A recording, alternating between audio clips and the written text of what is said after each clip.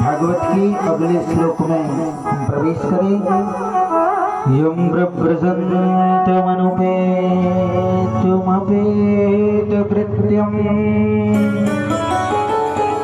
द्वैपायनो विरहकातर्या जुहाव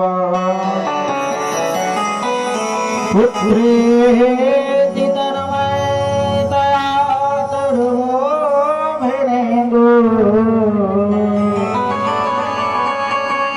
तं सर्वभूतहृदयं मुनिमानतोऽस्मि। अगले श्लोक में श्री सुखदेव जी का वर्णन किया गया कि कैसे थे सुखदेव जी जिन्होंने राजा परीक्षित को 7 दिन में इस परम ज्ञान को प्राप्त कराया। वो सुखदेव जी किस प्रकार के थे जो जन्म लेते ही वन की ओर चले गए, और जब वन की ओर चले गए जो अपेत कृत्य थे, जिनका कोई संस्कार नहीं हुआ। हमारे सनातन धर्म में 16 संस्कार होते हैं। नलोच्छेदन संस्कार, नामकरण संस्कार, फिर इसके बाद बच्चा थोड़ा सा बड़ा हुआ तो कर्ण भेदन संस्कार, फिर यज्ञोपवीत संस्कार, ऐसे 16 संस्कार होते हैं। तो उसी प्रकार श्री सुखदेव जी का कोई संस्कार नहीं हुआ और जन्म लेते ही वन की ओर चले गए। जब वे वन की ओर चले गए तो उनके पिता श्री व्यास जी महाराज, जिन्होंने भागवत की रचना की, वे व्यास जी महाराज हा पुत्र करके महाराज चिल्ला रहे हैं, पीछे पीछे दौड़ रहे हैं सुखदेव जी के। और जब दौड़ रहे हैं तो कहा, तब उस समय जो वृक्ष थे, तन्मयतया सर्वोऽभिनेन्दु, मतलब जो वृक्ष थे, उन्होंने कहा महाराज आप इतने परम ज्ञानी और आप पुत्र मोह में बालक के पीछे भाग रहे हैं। हमें देखो, हमें वर्ष भर में न जाने कितने फल लगते हैं, पत्ते लगते हैं और टूट जाते हैं, हम तो इसका सुख नहीं करते। तब वृक्षों ने श्री सुखदेव जी को समझाया, तब श्री सुखदेव व्यास जी को समझाया, तब श्री व्यास जी महाराज को समझाया गया। तब व्यास जी महाराज को थोड़ा सा ज्ञान हुआ। तब व्यास जी महाराज ने ऐसे भगवान श्री सुखदेव जी को, सबके हृदय में विराजमान श्री सुखदेव जी को हमारा प्रणाम करते हैं। बोले श्री सुखदेव जी महाराज की जय हो। नैमिषारण्य की पवित्र तीर्थ स्थली, जहाँ पर 88,000 ऋषि एकत्रित हैं। श्री सूत जी महाराज से प्रश्न किया कि महाराज आप एक बात बताएं कि भक्ति, ज्ञान, वैराग्य और विवेक को बढ़ाने के लिए ये वैष्णव लोग करते क्या है? क्योंकि आपके ऊपर पूरी गुरु कृपा है, और जिसके ऊपर गुरु कृपा होती है उसे संसार की कोई चीज दुर्लभ नहीं है। अगर गुरुदेव अनुकूल हो जाए, उनकी कृपा प्राप्त हो जाए, तो संसार की कोई चीज भी दुर्लभ नहीं है। तो महाराज आपके अंदर गुरु कृपा है और हमारा हृदय घोर अंधकार से व्याप्त है। अज्ञान सूर्यकोटि समप्रभा सूताख्याहि कथा सारम् मम कर्णरसायनम्। महाराज हमारे हृदय में घोर अंधकार है और आपके हृदय में कोटि सूर्य संप्रभा, करोड़ों सूर्यों के समान यानी कि प्रभा स्थापित है। तो ऐसा ज्ञान दीजिए जिस ज्ञान से हमारा अंधकार दूर हो सके। और महाराज हम चाहते हैं कि कृष्णम प्राप्ति करम शाश्वत साधनम तत्पदादुना, भगवान श्री कृष्ण की प्राप्ति हो जाए, भगवान श्री कृष्ण का साक्षात दर्शन हो जाए। तो ये तो केवल गुरु कृपा से ही दुर्लभ हो सकता है, सुलभ हो सकता है। क्यों? अब किसी ने प्रश्न किया कि महाराज गुरु कृपा के बिना ये अधूरा है। एक होता है चिंतामणि, चिंतामणि जिसके सामने आप जो कल्पना करोगे वो आपको पूरा कर देगी। ये चिंतामणि का चमत्कार है। इसी प्रकार एक गुरु कृपा है। परंतु यदि चिंतामणि आपको मिल जाए तो संसार की समस्त भोग सामग्री तो दे सकती है, परंतु आप उससे कहोगे हमको श्री ठाकुर जी का दर्शन करा दो, तो ये कृपा तो चिंतामणि में नहीं है। ऐसा ही कल्प वृक्ष है। चिंतामणि लोक सुखम सुरद्रुः स्वर्ग संपदम प्रयक्षते गुरु प्रीतो वैकुंठम योगी दुर्लभम। जो चिंतामणि और कल्प वृक्ष संसार की भोग सामग्री वगैरह तो सब दे सकती है, परंतु इनसे कहो कि ठाकुर जी का दर्शन करा दो, तो ये सामर्थ्य तो महाराज सिर्फ गुरु कृपा से ही सुलभ हो सकता है। कि गुरु मेहरबान तो चेला पहलवान, तो ये तो केवल गुरु कृपा से ही हो सकता है। तो सोनकादि कहते हैं कि महाराज आपके ऊपर तो पूरी गुरु कृपा है, तो कुछ उस कृपा का प्रसाद कुछ हमको भी दे दो। तब सूत जी महाराज प्रसन्न हो गए।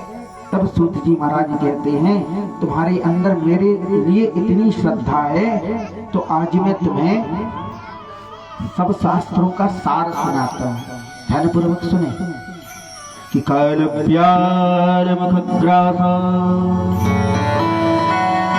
निर्नाश हेतुवे श्रीमद्भागवतं शास्त्रम् कलुकीरेण भाषितम्। महाराज काल प्यार मुखग्रास त्रास निर्नाश हेतुवे, काल रूपी कलयुग, ये कलयुग जो है ये काल रूपी है। इस काल रूपी कलयुग के जो सर्प बैठा हुआ है, काल मतलब सर्प, जो काल सर्प बैठा हुआ है उसका हम दिनों दिन ग्रास बनते जा रहे हैं। जगत में कोई न परम नहीं, इस जगत में कोई परमानेंट रहने वाला नहीं है। सबको एक ना एक दिन मरना है, और सबसे पहले महाराज हमको डर ये रहता कि हम कहीं मर ना जाएं, और पता सबको है कि मरना है। काल प्याल मुखग्रास त्रास निर्नाश हेतुवे श्रीमद् भागवतम शास्त्रम। भागवत शास्त्र है। शास्त्र का मतलब शासन त्रायते इति शास्त्र। जिन शास्त्रों के बल पर हमें आदेश दिया जाता है कि महाराज ये करो ये मत करो, और शास्त्र कोई आपको डंडा लेकर के नहीं बोलते कि आप हमारा अधिकार मानो। वो तो महाराज प्यार से बोलते हैं कि मानो तो तुम्हारा कल्याण होगा, और नहीं मानो तो तुम जानो। तो शास्त्र कोई डंडा लेकर के आपसे नहीं बोलेंगे, परंतु आपको समझाते हैं शास्त्र। शास्त्र इसी प्रकार एक शास्त्र भी है भागवत शास्त्र। इस भागवत शास्त्र को देखो कलयुग रूपी काल के मुख रूपी ग्रास से बचने के लिए, उसके आतंक से बचने के लिए श्री सुखदेव जी ने भागवत रूपी इस ग्रंथ का प्रतिपादन किया, वाचन किया, परीक्षित के माध्यम से हम सबको श्रवण कराया। जब परीक्षित जी महाराज के माध्यम से हम सबको श्रवण कराया, क्योंकि संसार में परमानेंट रहने वाला कोई नहीं, आया है तो जाएगा, राजा रंग फकीर कोई भी हो। और महाराज जितनी लंबी यात्रा हम तय करें, जितनी लंबी यात्रा होगी तैयारी भी उतनी करना पड़ती है। अब जैसे मान लो यहाँ से जबलपुर जाना हो, पास के शहर में जाना हो, तो उतनी तैयारी नहीं करना पड़ती कि महाराज काम करो और काम करके वापस आ जाओ। और यहाँ से आपको दिल्ली मुंबई जाना हो तो थोड़ी बहुत तैयारी तो करना पड़ेगी, टिकट वगैरह लेना पड़ेगी। और फिर वहां से यदि हमको विदेश जाना हो तो महीनों पहले से, महाराज महीनों पहले से तैयारी करना पड़ती है। परंतु एक यात्रा ऐसी है जिसमें जाना सबको है, परंतु तिथि की कोई डेट नहीं पता है, इसलिए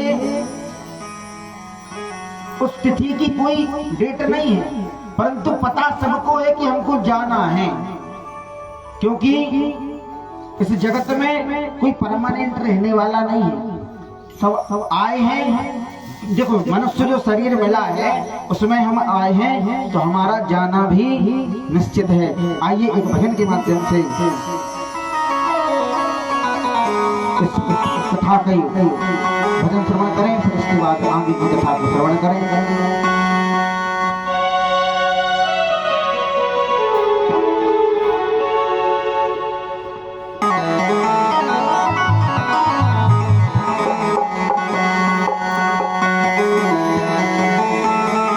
बोलिए श्री कृष्ण कन्हैया लाल की, बोलिए राधा रानी सरकार की। जगत में कोई न परमानेंट,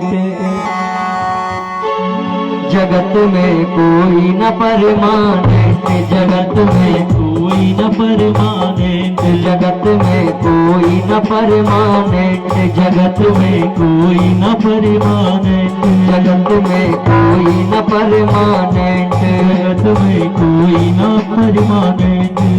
वो तेल चमेली चंदन साबुन, तेल चमेली चंदन साबुन, चाहे लगा लो तेरे, जगत में कोई न परमानेंट, जगत में कोई न परमानेंट।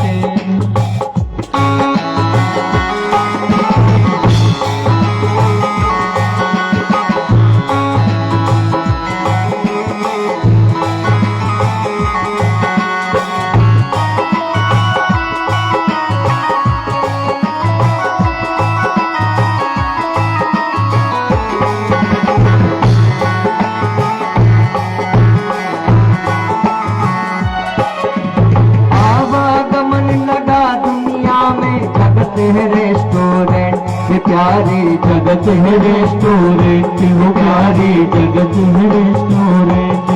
वो आवागमन लगा दुनिया में, जगत है रेस्टोरेंट, ये प्यारे जगत है रेस्टोरेंट, तेरे प्यारे जगत है रेस्टोरेंट।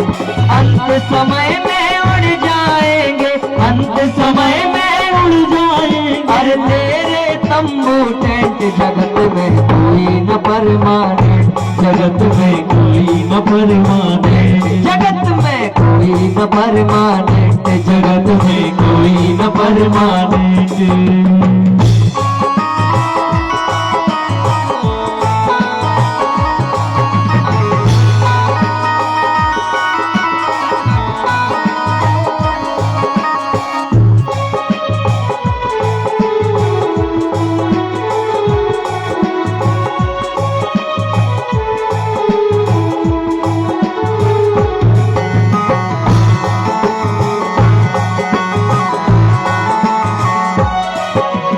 राष्ट्रपति हो कर्नल जर्नल या हो लेफ्टिनेंट, तेरे प्यारे या हो लेफ्टिनेंट, तेरे प्यारे या हो लेफ्टिनेंट।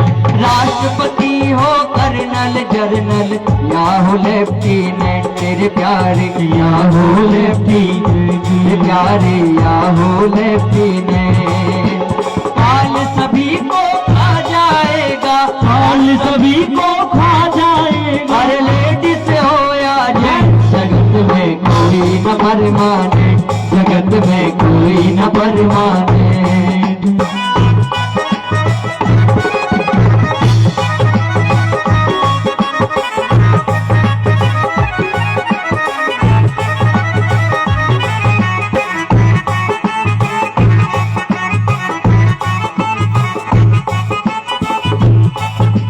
हरिद्वार चाहे काशी मथुरा, घूमो दिल्ली कैंट, तेरे प्यारे घूमो दिल्ली कैंट, तेरे प्यारे घूमो दिल्ली कैंट। हरिद्वार चाहे काशी मथुरा, घूमो दिल्ली कैंट, तेरे प्यारे घूमो दिल्ली कैंट, तेरे प्यारे घूमो दिल्ली कैंट। वो मन में नाम प्रभु का राखो, मन में नाम प्रभु का राखो, धोती पहनो या पहनो, जगत में कोई न परमानेंट, जगत में कोई न परमानेंट, कोई न परमानेंट तेरे प्यारे, कोई न परमानेंट, जगत में कोई न परमानेंट, जगत में कोई न परमानेंट, जगत में कोई न परमानेंट, जगत में कोई न परमानेंट।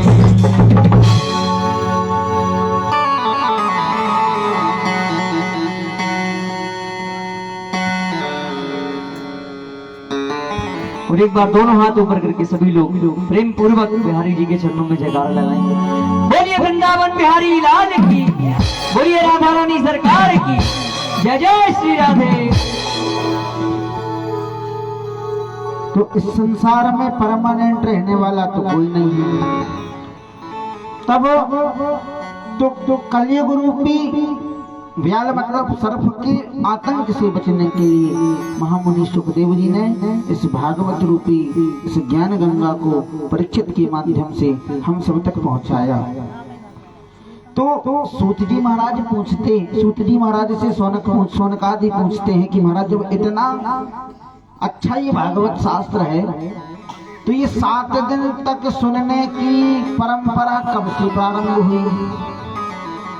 ये 7 दिन कैसे सुना जाता है? तब श्री सूत जी महाराज कहते हैं कि भागवत जब 7 दिन इसलिए सुना जाता है क्योंकि सुधा कुंभम गृहत्वैव देवाः सत्र समागमन।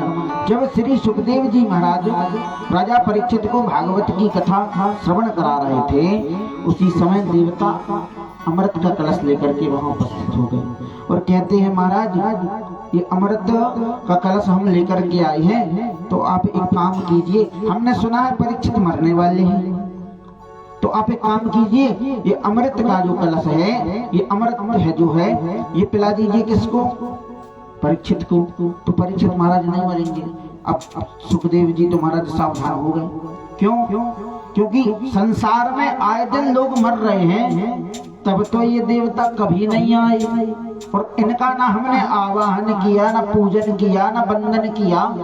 इसके बाद ये देवता अमृत का कलश लेकर के स्वर्ग से पृथ्वी के ऊपर आ गई कि महाराज ये आप पिला दो किसको? परीक्षित को, तो अमर हो जाएंगे। तो सुखदेव जी ने कहा एक काम करो, लेकर के आओ तो पिला दो। तो कहते नहीं ऐसे थोड़ी ना पिलाएंगे। तो कहा क्या, क्यों ऐसे क्यों नहीं पिलाएंगे? तो कहा प्रभु हम चाहते हैं कि हमारा जो अमृत है स्वर्ग का वो पी ले परीक्षित तो अमर हो जाएंगे, और हम चाहते हैं कि प्रपश्यामो वयम सर्वे श्रीमद् भागवतामृतम। ये भागवत रूपी अमृत जो आप परीक्षित को पिला रहे हैं वो हमें पिला दो। सुखदेव जी जोड़ करके हंसे, कहो ठगियाओ तुमको शर्म नहीं आई? तुम अमृत को उस कांच के बलदा हमसे ये मणि मांग रहे हो, वो कांच रूपी अमृत उसके बदले में तुम कथा रूपी मणि मांग रहे हो। अच्छा भागवत की जो कथा है, भागवत का जो अमृत है उसमें और उस अमृत में फर्क देख लो थोड़ा सा। देखिए भागवत की जो कथा है अनंत कथाएं हैं, हरि अनंत, हरि कथा अनंत, भगवान की अनंत कथाएं हैं। अब उन अनंत कथाओं में ये देवता लोग ठग विद्या करने आए थे कि महाराज विनिमय हो जाएगा, हमारा अमृत पी ले परीक्षित, तो परीक्षित का अमृत पी ले हम। तो सुखदेव जी ने डांट करके भगा दिया कि देवताओं आप लोगों के काम का नहीं है ये अमृत। क्यों? क्योंकि आप लोग तो सिर्फ सूंघ सूंघ करके रखते हो, पीते पिलाते थोड़ी ना हो। अब कब अमृत का कलश निकला था? तो कहते हैं कि किस प्रकार, तो दृष्टांत बताया। कहते हैं कि 3 कंजूस एक बार मिले, अब उन तीनों कंजूस एक से एक महान कंजूस। अब महाराज जब 3 कंजूस एक साथ मिले और मिलकर के कहते हैं आज गांव में हमें सब कंजूस कंजूस कहते हैं, हम क्या करें? कहा चलो खर्चा करके आते हैं। तो गए बाजार, क्या खरीदें? कुछ खर्चा तो करना है जिसमें लोग हमको कंजूस ना कहें। तो क्या करें? तो कहे काम करो चलो घी खरीद देते हैं। तो कितना खरीदा? 200 ग्राम घी खरीदा। अब जब 200 ग्राम घी खरीदा तो घर आए, आकर के अपने अपने कामों में जहाँ जो जाता था तो जाने लगा। 1 महीने बाद तीनों मिले। कहा क्यों भाई, बताओ घी चल रहा है कि नहीं? तो पहला बोलता है कि भैया हमारा तो अभी चल रहा है। तो अच्छा कैसे चलाते हो? तो उसने कहा हम तो ऐसा करते हैं कि जब घर की सारी रोटियां सेक करके आ जाती हैं तो एक सिलाई घी में डुबाई और ऊपर से लेके नीचे तक सारी रोटी में चूहे देते, सारी रोटियों में घी लग जाता है। कहा अच्छा। कहा अरे, तो दूसरे वाले ने कहा क्यों, इतनी महंगाई में तुम इतने ज्यादा खर्चीले हो गए? तो दूसरे ने पूछा भैया तुम क्या करते हो बताओ? तो उसने कहा सुनो, जब घर की सारी रोटियां सिक जाती हैं तो हम ऊपर वाली रोटी में घी लगाते और नीचे वाली रोटी में घी लगाते, बाकी सारी चुपड़ी हुई समझ लेते हैं। अब तीसरे वाले ने कहा भैया तुम तो बड़ी महंगाई है और इस महंगाई में तुम लोग दोनों बहुत खर्चीले हो गए हो। तो कहा महाराज आप बताओ क्या करते हो? तो कहा हम तो ये करते हैं कि हमने अपने घी को एक शीशी में, कांच की शीशी में भर करके रख लिया है। तो घर की जब सारी रोटियां सेक करके आ जाती हैं तो हम ऊपर से शीशी फेर देते हैं। अब शीशी फेर देते हैं और जब भोजन करने बैठते हैं तो ढक्कन खोल देते। तो महाराज सुगंध से इतना मन प्रसन्न हो जाता है कि एक बूंद खर्च नहीं होता। कंजूस तो कंजूस ठहरे। अब जैसे ही देखा तो कहते हैं तो इसी प्रकार देवता भी करते हैं। देखो भागवत कथा अमृत को पापी भी सुनते हैं और पुण्यात्मा भी सुनते हैं, परंतु वो स्वर्ग का जो अमृत है उसमें वहां पे पाप आत्माओं का कोई प्रवेश नहीं है। पुण्यात्मा जब मरते हैं तब जाकर के उस अमृत को पीते हैं। तो ये देवता देखो सुखदेव जी की कथा तो महाराज फक्कड़ सा ही कथा थी, कोई नियम तो था नहीं कि यहाँ VIP बैठेंगे, यहाँ ये बैठेंगे, यहाँ वो बैठेंगे। फक्कड़ सा ही कथा थी। महात्मा सब सुन रहे थे, सुखदेव जी अपनी मस्ती में सुना रहे थे, राजा परीक्षित सुन रहे थे। अगर ये देवता भी आकर के बैठ जाते, कथा को श्रवण करते, तो क्या श्री सुखदेव जी भगा देते? लेकिन नहीं, ये वहां पे सौदा करने पहुंच गए कि महाराज आप अपना अमृत पिला दो हमको तो हम अपना अमृत पिला देंगे परीक्षित को। तब सुखदेव जी ने उनको डांटा और कहा क्वश्वधा क्व कथा लोके क्व कचा क्वमणिर्महा ब्रह्मराजो विदारैव देवास्तत्र जहांसः। कहाँ तुम्हारा कांच रूपी अमृत और कहाँ हमारी मणि रूपी कथा? तो कहा क्योंकि भागवत की जो कथा है वो अनंत है। हरि अनंत हरि कथा अनंता। भागवत इतना अपार अमृत भरा हुआ है इसमें, इसलिए कथावाचक लोग भी उदारता के साथ इसका पान कराते हैं।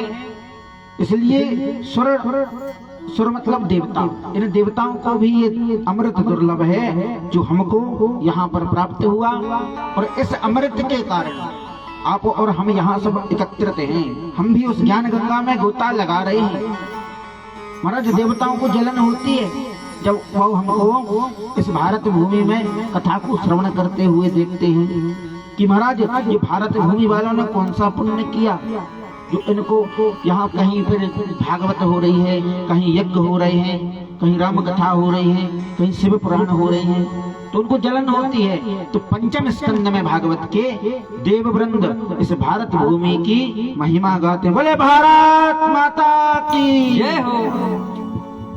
इस प्रकार अब सोनका जी ने पूछा महाराज ये 7 दिन की प्रथा कब से चालू हुई? तो कहते हैं इस 7 दिन की प्रथा इस तरफ से चालू हुई कि जब 7 दिन की प्रथा कब से आरंभ हुई, तब सूति जी महाराज ऋषियों से परंपरा सरकारी ऋषि सुनकर के कहा नारद जी ने सनकादियों नारद जी को सुना करके आरंभ की। सूति जी महाराज बोलते महाराज नारद जी को इतना समय कहाँ मिल गया कि 7 दिन तक कथा सुनी उनने, इतना समय कहाँ मिला नारद जी को? तो कहते हैं एक राही विशालाया चत्वार रसयो मला सत्संगार्थ समायाता तदृशु तत्र नारदो बद्री विशाल में सत्संग की भावना से नारद जी विचरण कर रहे थे। उसी समय 4 भैया सनक, सनंदन, सनातन, सनत कुमार, ये चारों एकत्रित हुए। ये नारद जी से मिले तो नारद भैया को देख करके, नारद जी को देख करके इनके मन में अत्यंत प्रसन्नता हुई कि अरे वाह, नारद भैया तो बड़े सत्संगी हैं, इनके साथ बैठ करके हम सत्संग करेंगे, भगवान की चर्चा करेंगे। परंतु जब नारद जी को आते हुए देखा और उनका हैरान सा चेहरा देखा तो पूछ लिया, क्या कहते हैं? कथम ब्रह्मदीन मुखा कुतश्चिंता दुरो भवान। नारद जी, आपका मुंह तो ऐसा लटका हुआ है कि जैसे कोई कंजूस का धन हरण हो गया हो, और आप बाबा लोग धन रखते नहीं हो। संसारियों के जीवन में तमाम प्रपंच होते, जब संसारी इन प्रपंचों से परेशान हो जाते हैं तब बाबा जियों के पास जाते हैं, संतों के पास जाते हैं कि महाराज बड़े परेशान हैं, कुछ कृपा कर दो। अब बाबा जी खुद परेशान बैठे हो तो बेचारे संसारी कहाँ जाएंगे? अब डॉक्टर साहब के पास गया, महाराज जी हमारी दवाई कर दो। अब डॉक्टर साहब खुद बीमार पड़े तो आपकी दवाई कौन करेगा? तो महाराज आप धनवंत तो रखते नहीं बाबा जी को, तो आप ऐसा बताओ, ये तो बात बताओ, लूटे व्यापारियों की तरह कहाँ डोल रहे हो? तब नारद जी ने कहा, तो महाराज लूटे व्यापारियों की तरह कहाँ डोल रहे हो? तब नारद जी ने कहा, नारद जी कहते हैं कि मैं सत्संग का बड़ा प्रेमी हूँ, सचमुच में परेशान हूँ, क्योंकि मैं सत्संग का प्रेमी हूँ। और जब मैं सत्संग का प्रेमी हूँ तो इस भारत भूमि के अलावा सत्संग और कहीं नहीं मिलता। मैं भारत भूमि के प्रत्येक क्षेत्र में गया परंतु मुझे वहां कहीं शांति नहीं मिली। कहां कहां गए नारद जी? कि पुष्करम च प्रयागम च काशीं गोदावरीं तथा हरिक्षेत्रम कुरुक्षेत्रम श्रीरंग सेतुबंधनम, सब जगह भ्रमण किया परंतु शांति नहीं मिला, संतोष नहीं मिली। अब महाराज जब संतोष नहीं मिला तो क्या करें? तब नारद जी ने क्या किया?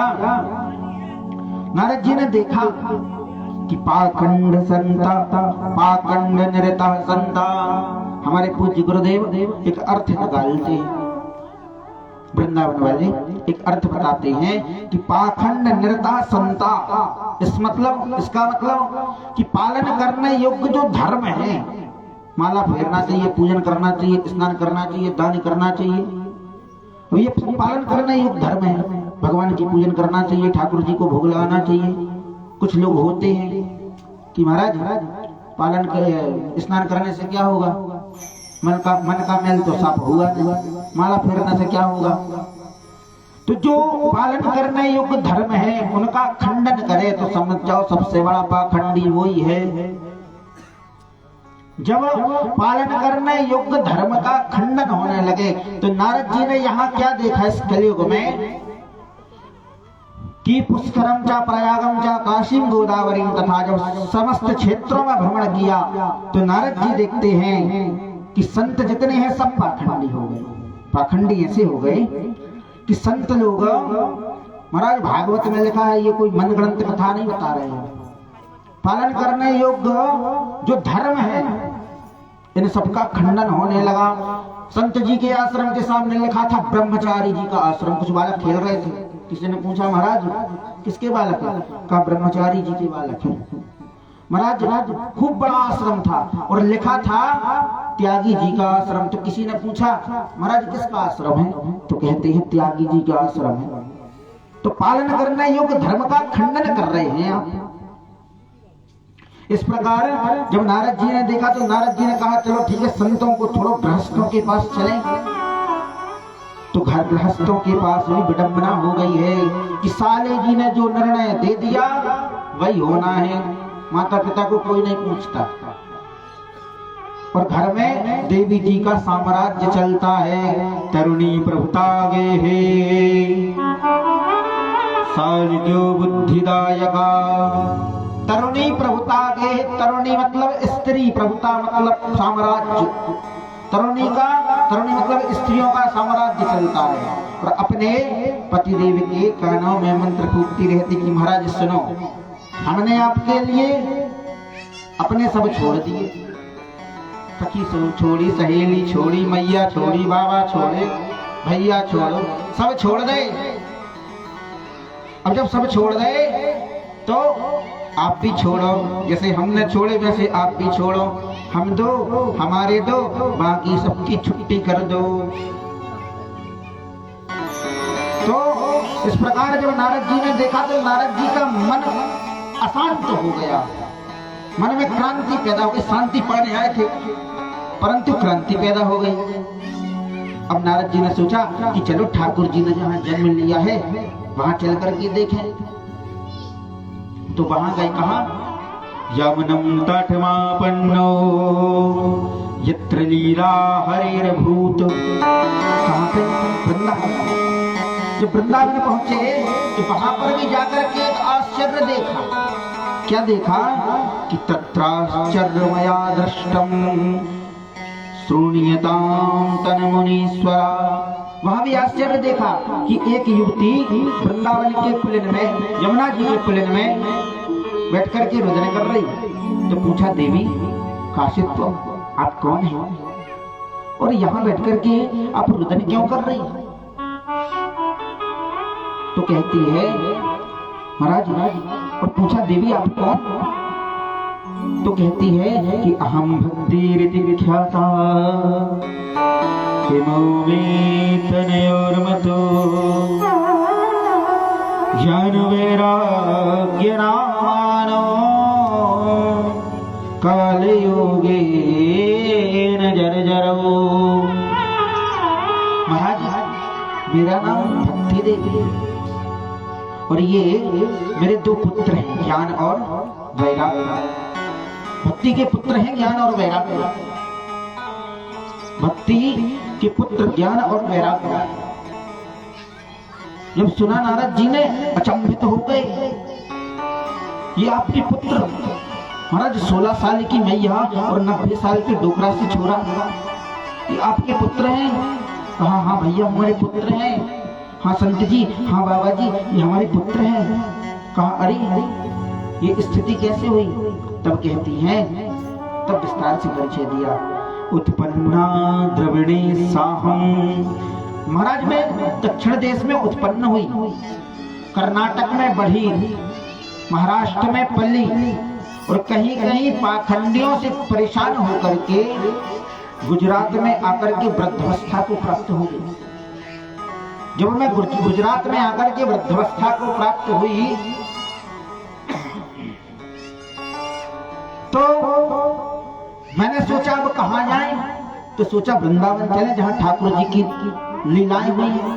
तब वृंदावन आई और जैसे ही मैंने यमुना के तट पर स्नान किया तो मैं तो नई नवेली हो गई, परंतु ये मेरे दो पुत्र बूढ़े के बूढ़े रह गए। वही चिंता कर रही थी। अब जब मैं चिंता कर रही थी तो अब मैंने कहा, महाराज करें क्या? तब मैं रुदन कर रही थी यहाँ बैठ करके, तो महाराज आप मिल गए तो मेरी कुछ व्यथा दूर करें। देखिए आज समाज में भक्ति तो बढ़ रही है परंतु ज्ञान वैराग्य गायब है। भक्ति तो खूब लोगों में हो रहा है। पहले इतनी कथाएं नहीं होती थी, पहले इतने यज्ञ नहीं होते थे, परंतु आजकल कथाएं भी बहुत हो रही हैं और श्रोता भी बहुत आ रहे हैं। पहले इतनी पूजन पाठ नहीं होती थी पर इतनी ज्यादा जितनी अब हो रही है इतनी ज्यादा कथाएं भी नहीं होती थी। तो भक्ति तो बढ़ रही है परंतु ज्ञान वैराग्य गायब है। महाराज श्रोताओं की तो कौन कहे, वक्ता को भी यदि भागवत की मूल कथाओं का ज्ञान हो तो भगवान की बड़ी कृपा है। आजकल जो है भक्ति तो खूब बढ़ रही है और महाराज वैराग्य तो बेहोश पड़ा हुआ है। ज्ञान तो है ही नहीं और वैराग्य तो बेहोश पड़ा हुआ है। तो भक्ति तो बढ़ रही है। इसी कारण भक्ति के अंधे भक्तों को, जब भक्ति अंधी हो जाती है तो उसका शोषण होता है। तो महाराज नारद जी ने भक्ति की सारी व्यथा समझ ली और नारद जी कहते हैं, देवी जैसे जैसे कलयुग आगे बढ़ता जाएगा, वर्षे वर्षे प्रमाद जाता मंगलम नापि दृश्यते, जैसे जैसे कलयुग आगे बढ़ेगा वैसे वैसे आपकी महिमा कम हो जाएगी।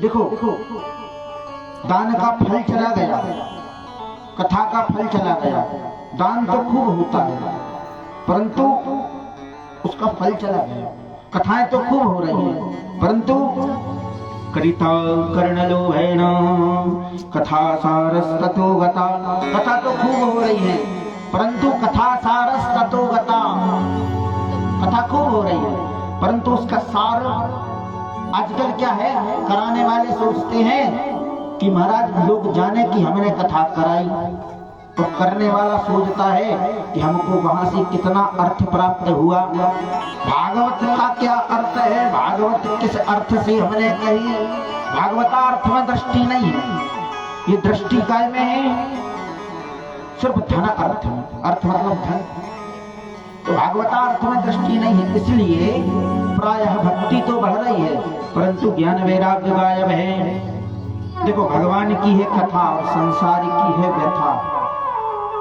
अब नारद जी ने जब कलिकाल का वर्णन किया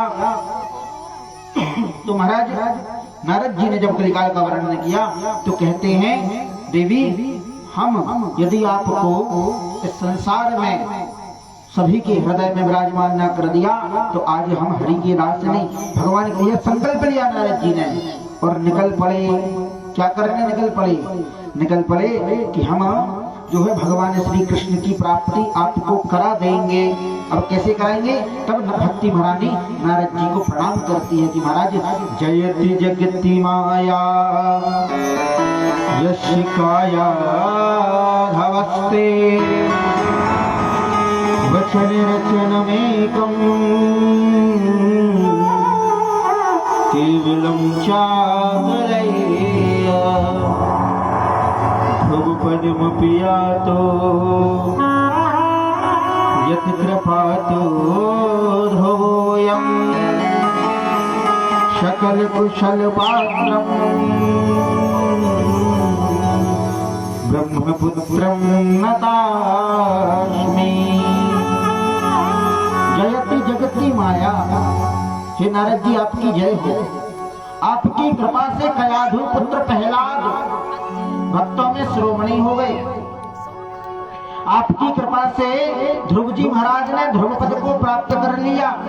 तो प्रभु जैसे ध्रुव और प्रहलाद पर कृपा करी वैसी कृपा हमारे छोरन पे भी कर दो, हमारे इन लालाओं पे भी कर दो कृपा।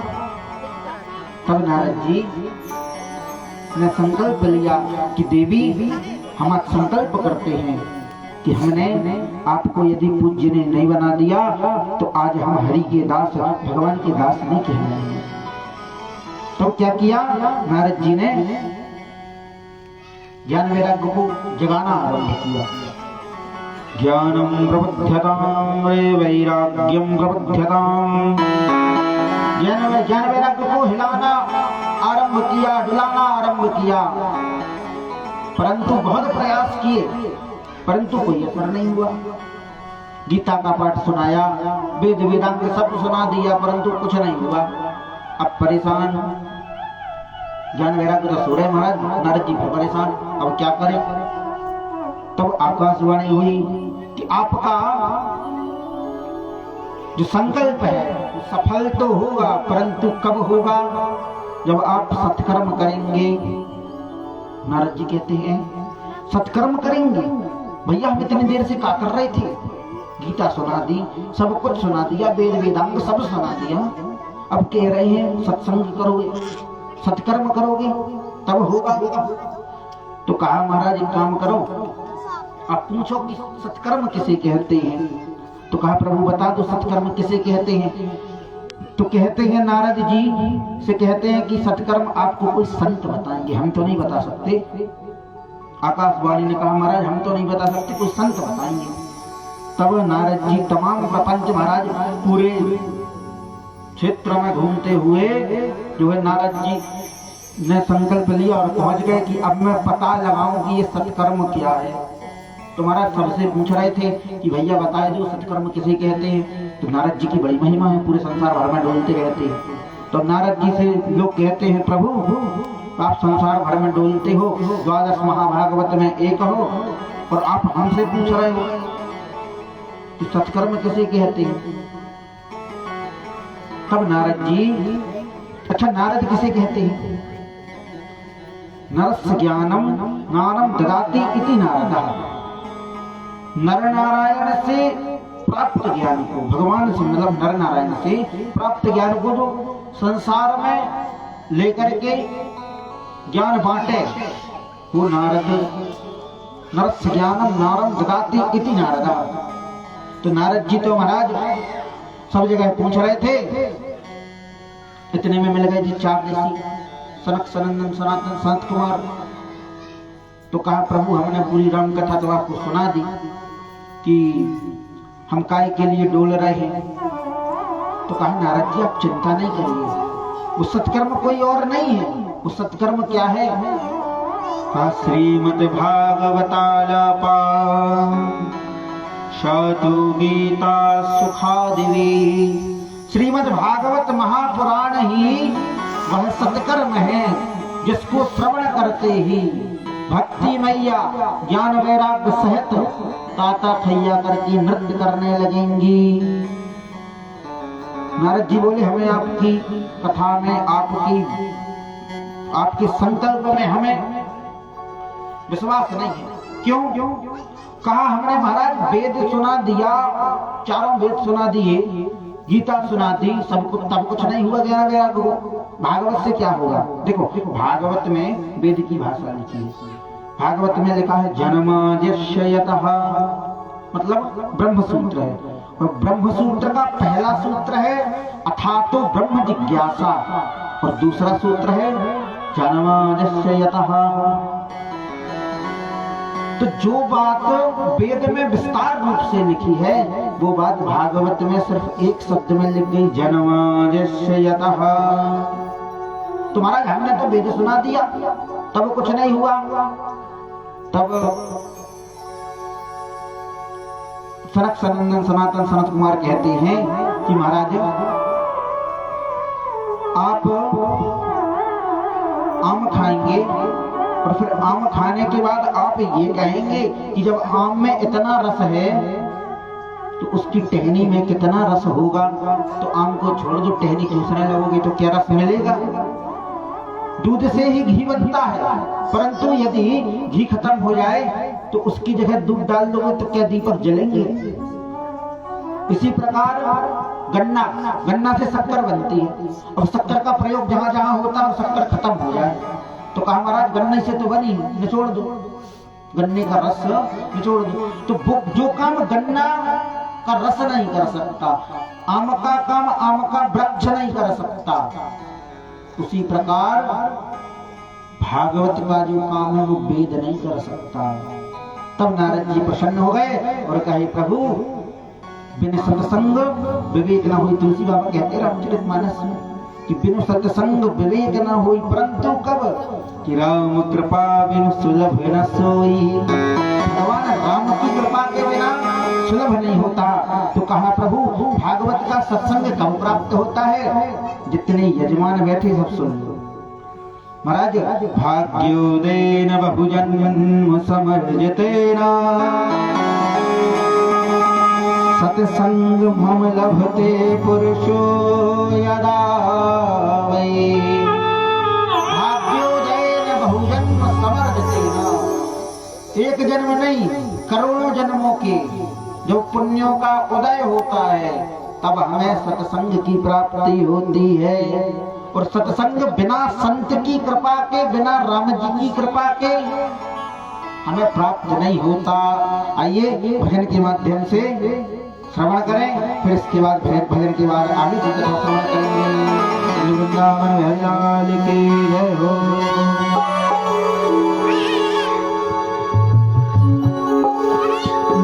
हरि बार जोरदार जयकारा। बोलिए वृंदावन बिहारी लाल की।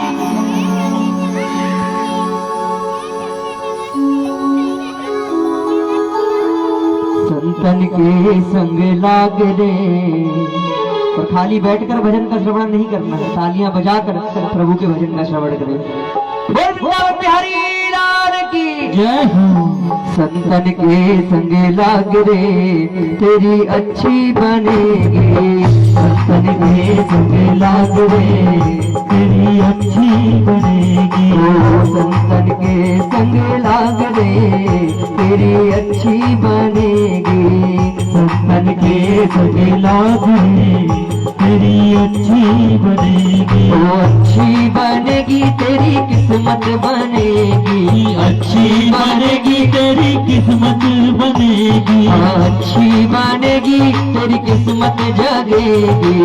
अच्छी बनेगी, तेरी किस्मत बनेगी। जाग सके तो जागे, तेरी अच्छी बनेगी। संतन के संग लाग रे, तेरी अच्छी बनेगी।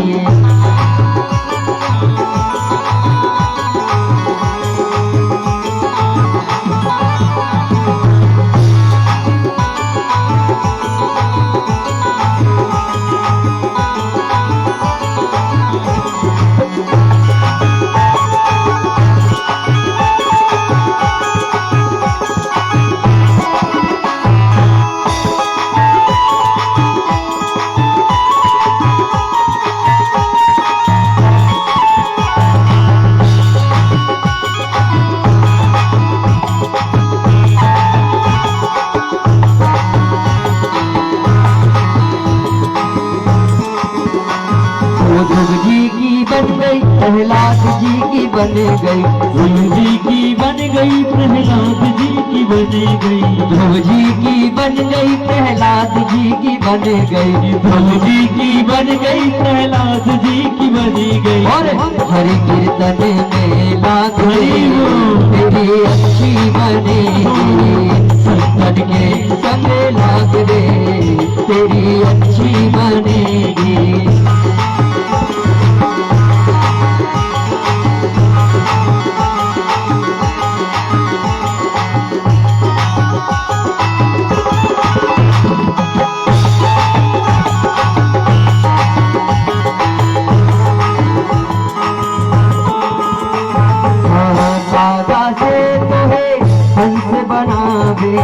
कागा से तो है हंस बनाए। कागा से तो है हंस बना दे। कागा से तो है हंस बना दे। और मिट जाए दिल के दाग रे, तेरी अच्छी बनेगी। संतन के संग लाग रे, तेरी अच्छी बनेगी।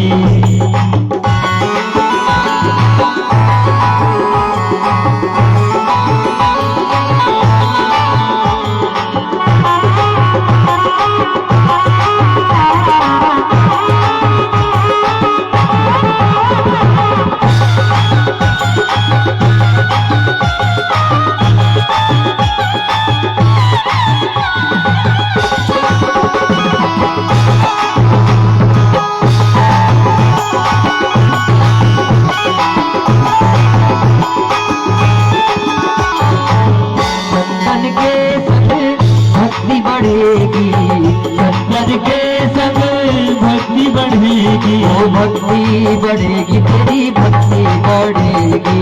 भक्ति बढ़ेगी, तेरी भक्ति बढ़ेगी। राम चरण अनुराग रे, तेरी अच्छी बनेगी। संतन के संग लाग रे, तेरी अच्छी बनेगी।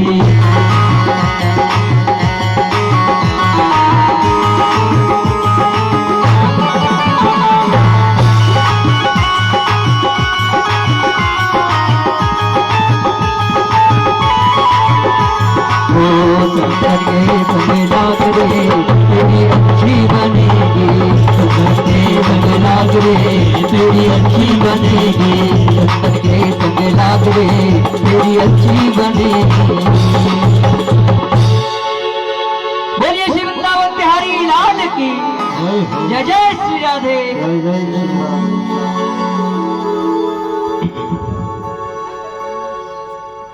इस प्रकार से नारद जी ने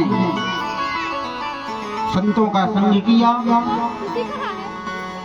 तो संतों की कृपा से अब कहा महाराज सत्संग की कथा में सत्संग में सराबोर वही हो सकते हैं जिन्हें ठाकुर जी अपनी कृपा से अपनी ओर खींचते हैं। हर कोई को सौभाग्य नहीं मिलता सत्संग में शामिल होने का। जिसको ठाकुर जी अपनी कृपा की डोर से खींचते हैं उन्हें भगवान की कथा को श्रवण करने का सौभाग्य प्राप्त होता है। नारद जी कहते महाराज अब तो हम समझ गए कि भगवान की कृपा के बिना और संतों की कृपा के बिना हम और आप कुछ नहीं कर सकते। भगवान राम की कृपा के बिना हम और आप कुछ नहीं कर सकते। इस प्रकार से नारद जी ने कहा प्रभु हम भी भागवत सुनेंगे सुनाओगे? तो कहा हम तो इसी के लिए भ्रमण करते हैं, या तो कोई सुनने वाला मिले या कोई सुनाने वाला मिले। तो महाराज सुनाएंगे, कहाँ सुनाना है? तो कहा चलो। कहाँ चलना है? तो कहा हरिद्वार चले। हरिद्वार चलेंगे। गंगा द्वार समीपे तो तटमानंद नामकम। हरिद्वार चले। क्यों भैया? कथा होना थी तो कहीं भी हो जाती। ये बात बद्रीनाथ की है और बद्रीनाथ से उतर करके हरिद्वार में आ गई। कथा होना थी कहीं भी हो जाती, परंतु कहा नहीं।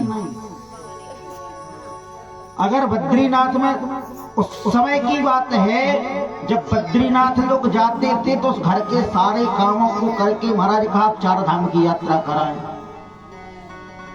तब जाते थे। परंतु आज वो बात नहीं रह गई। आज कोई नवयुवक कहे कि हमें 4 धाम की यात्रा में जाना तो पिताजी और माताजी कहेंगे महाराज हमने तो करी ना, ते जा रहा हूं यात्रा करे 4 धाम की। तो हमने तो करी नहीं है, तुम जा रहे यार 4 धाम की यात्रा करोगे। परंतु अब वो बात नहीं रह गई। अब समस्त साधन उपलब्ध हो गए। तो कहा बद्रीनाथ में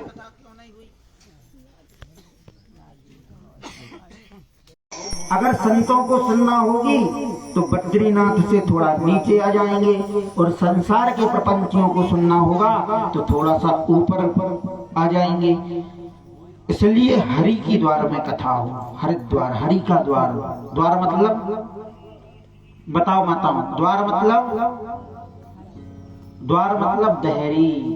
और जब दहरी पर दीपक प्रज्वलित हो जाएगा तो अंदर भी उजाला रहेगा और बाहर भी उजाला रहेगा। तो भगवान की कथा का सबसे प्रथम दीपक यदि कहीं जला है तो हरिद्वार की पावन भूमि पर जला है। बोले हरिद्वार धाम की जय हो। अब कहा महाराज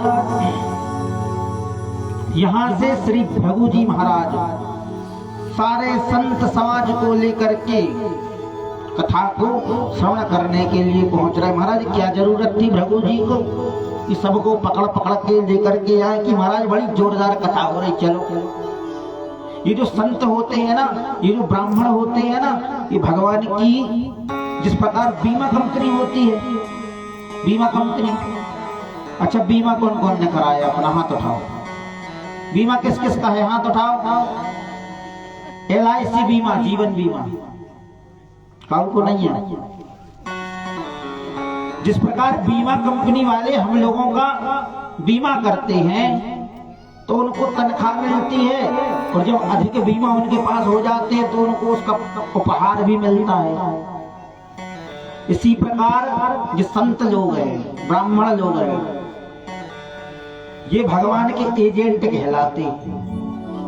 भगवान के एजेंट आपको माला पहना देंगे, तिलक लगवा देंगे, महाराज आपको मंत्र दे देंगे, और मंत्र दे करके जो है आपको भगवान का एजेंट, भगवान का दास बना देंगे। ये इनका काम होता है। तो भृगु जी महाराज भी यही कर रहे। इनको क्या मिलता है? भगवान की कृपा। भैया तुम्हारा कल्याण तो होगा ही, साथ में हमारा कल्याण भी होगा, क्योंकि भगवान स्वयं कहते हैं कि जो मेरी कथा को श्रवण करते हैं, जो मेरी कथा को बांटते हैं, वो मेरे सबसे प्यारे हैं। भगवान स्वयं कहते हैं कि जो लोग कथा को मेरी कराते हैं, करते हैं, सुनते हैं, वो भगवान कहते मेरे लिए सबसे प्यारे होते हैं। अब महाराज कथा आरंभ हुई, और जैसे ही कथा आरंभ हुई तो सबसे पहले सनकादियों, सनक सनंदन सनातन सनत कुमारों ने सबसे पहले भागवत रूपी कथा को आरंभ किया, मंगलाचरण किया, और महाराज जमकर गालियां सुनाई है कथा ना सुनने वाले को। क्या कहा है? कहते हैं अजन्म जन्मे जनि दुख भाजा। वो जन्म लेकर के भी अपनी माता को प्रसव पीड़ा प्रदान की, जिनने भगवान की कथा को नहीं सुना, जिसने इस भागवत को अपने जीवन में नहीं उतारा, वो जीते जी मुर्दे के समान है। अब कहते हैं महाराज कहा खरवत, खरवत मतलब खर मतलब गधा। क्या?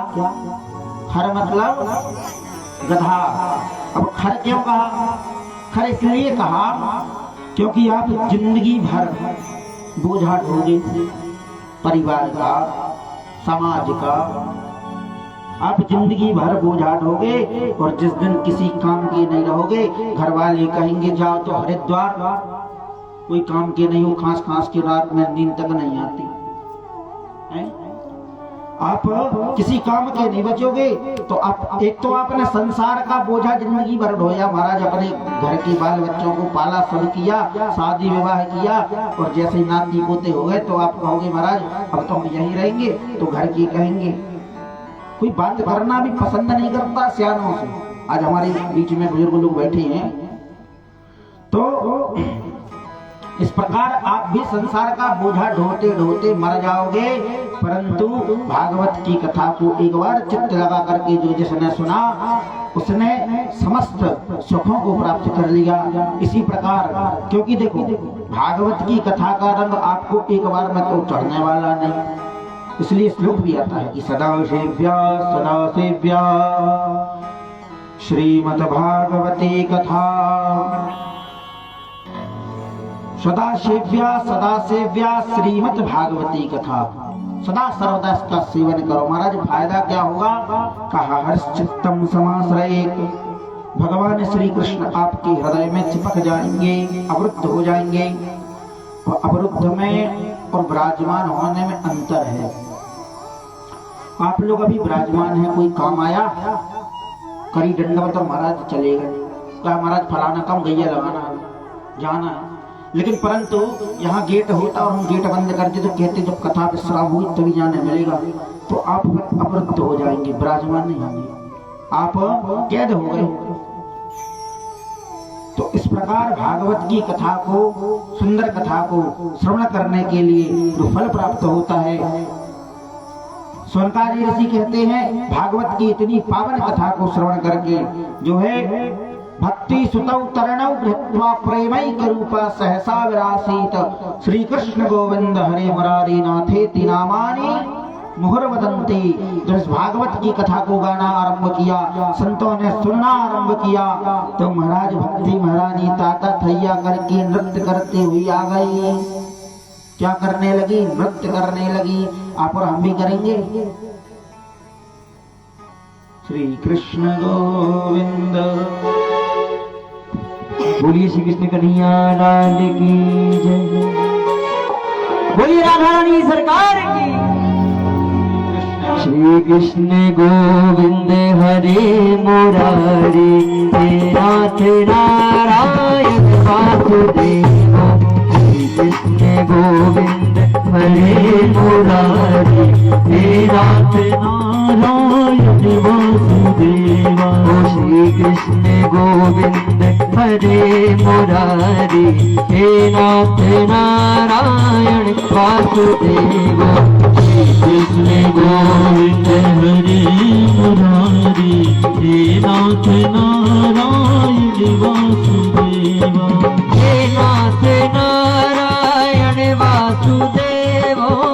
हे नाथ नारायण वासुदेव। हे नाथ नारायण वासुदेव। हे नाथ नारायण वासुदेव।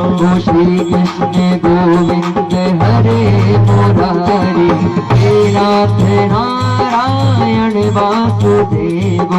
श्री कृष्ण गोविंद हरे मुरारी, हे नाथ नारायण वासुदेवा।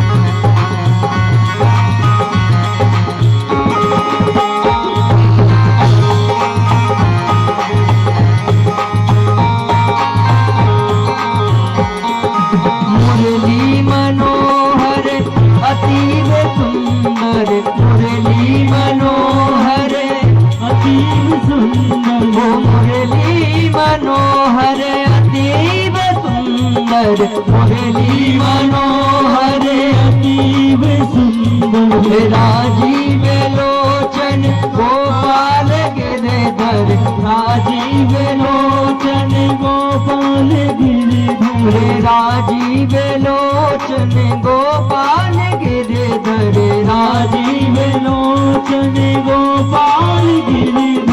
नमामि कृष्णं नमामि कृष्णं, श्री कृष्ण गोविंद हरे मुरारी, हे नाथ नारायण वासुदेवा। श्री कृष्ण गोविंद हरे मुरारी, हे नाथ नारायण वासुदेवा। बोलिए श्री कृष्ण कन्हैया लाल की जय। सनकादि बोलते हैं कि भक्ति महारानी को आते देख करके श्री सूत जी महाराज प्रसन्न हो गए और कहते हैं नारद जी का तो महाराज आनंद का ठिकाना नहीं रहा। भक्ति महारानी ने आते ही साथ पूछा कि महाराज हमारा स्थान कहाँ पर है? तो श्री सूत जी कहते हैं वैष्णव मानसानी, सारे वैष्णवों के सारे श्रोताओं के हृदय में निवास करो। क्यों? क्योंकि जिसके हृदय में भक्ति निवास करती है गोविंद अपने आप उसके पीछे चले आते हैं। गोविंद को बुलाना नहीं पड़ता, फिर भगवान को बुलाना नहीं पड़ता, भगवान को निमंत्रण नहीं देना पड़ता।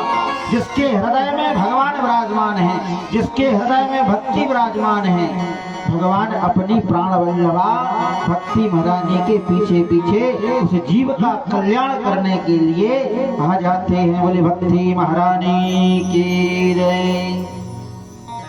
समस्त संसार में सबसे ज्यादा पुण्यात्मा वही है, पुण्यात्मा वही है जिसके हृदय में भक्ति है।